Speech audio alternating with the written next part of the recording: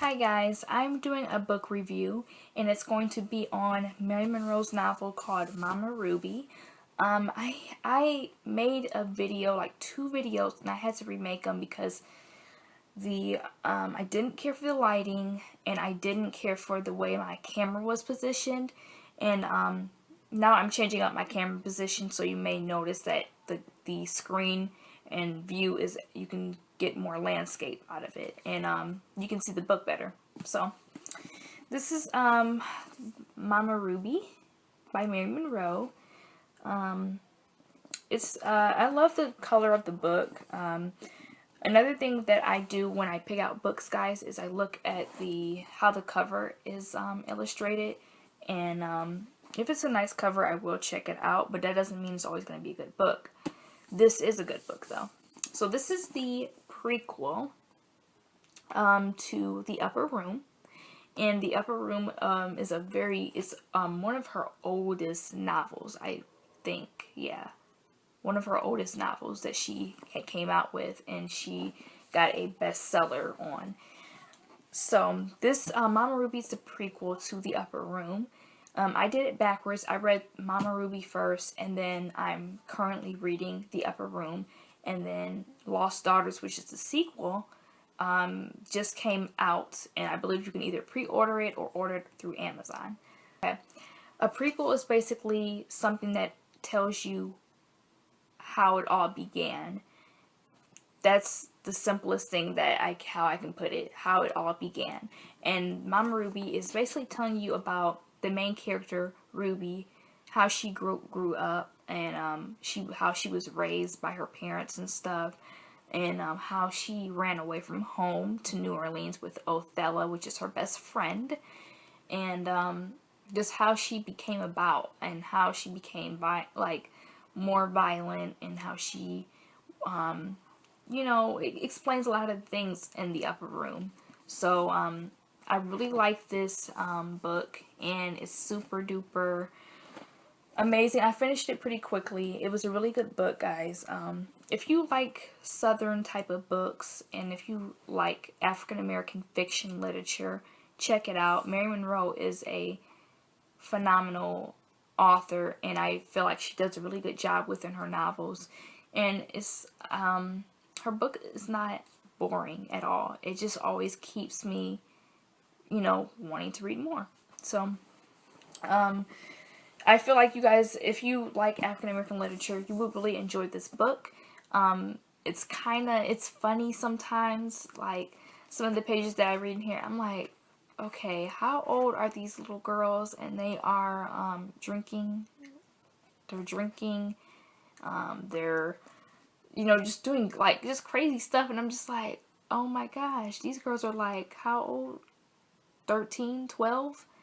And I mean, it's just like so crazy, but it's like that's how it kind of was down south, and during the time period that they were set in, which I believe was I want to say 30s, but do not quote me on that because I am not for sure on the time period in here. But anyways, I'm just gonna read you a note that she has in here. It says, "This book is dedicated to Mama Ruby.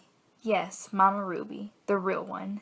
The character in this story is a composite of 3 females in my family, but at least a dozen other she-devils in my family claim that I base the character on them.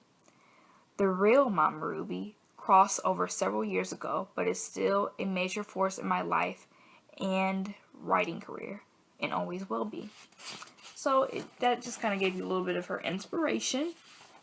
1934, and this takes place in Shreveport, Louisiana. So like I said, it's in the 30s. I'm going to read you this paragraph in chapter 1 so you can get an idea of it. "Nobody ever had to tell Ruby Jean Upshaw that she was special, but she heard it from every member of her family. Her father's congregation, her classmates, and even people in her neighborhood almost every day. She was the 7th daughter of a 7th daughter. To some black folks, that was a very high position on the food chain, and meant that she had mystical abilities, usually associated with biblical icons. But as a child, Ruby Ruby didn't care one way or the other about being special like that. She balked when people insisted that she'd eventually have healing hands and the ability to predict the future, like other seventh daughters of seven daughters. Ruby didn't care about healing anybody. That was God's job. And those snake oil salesmen who rolled through the town from time to time.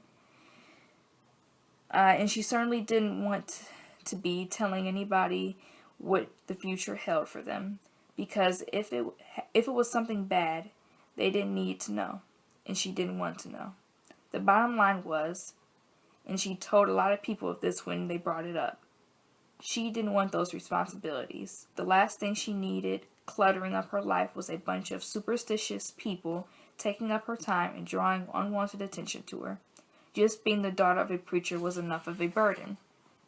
And since Ruby was the youngest member of the Upshaw family, her parents watched her like a hog and tried to monitor and control most of her activities.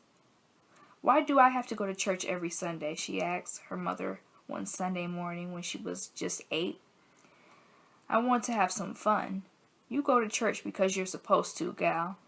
How would it look to the rest of your papa's congregation if his own daughter don't come to church?" Ida May replied, giving Ruby a stern look.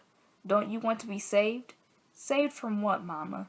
Ruby questioned, looking out the living room window at the kids across the street building a tent in front of their yard. Okay, so that was a little bit of a preview of the first chapter. You need to check this book out if you like fiction literature. Like I said, it has depth to it, and the characters have depth to it, and I like the detailing of the characters that she puts into this novel. So really check out the book. It's really good.